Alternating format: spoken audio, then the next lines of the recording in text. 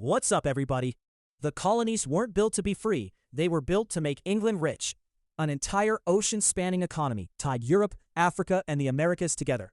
Topic 2.4. Stick around, because there's one British policy at the end that accidentally taught the colonists how to govern themselves.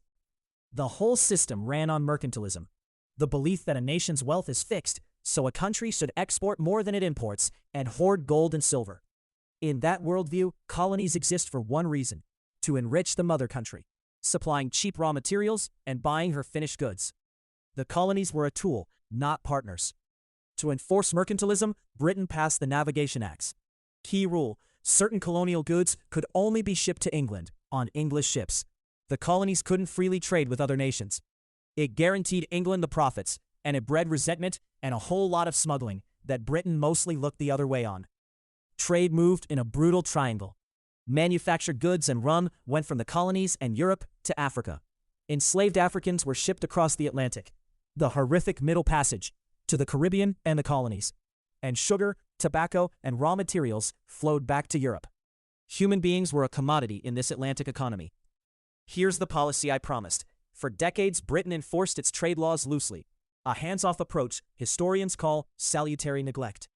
Left mostly alone, the colonies developed their own assemblies, ran their own affairs, and grew used to self-government. That habit of independence would make later British crackdowns feel like tyranny. Neglect planted the seeds of revolution.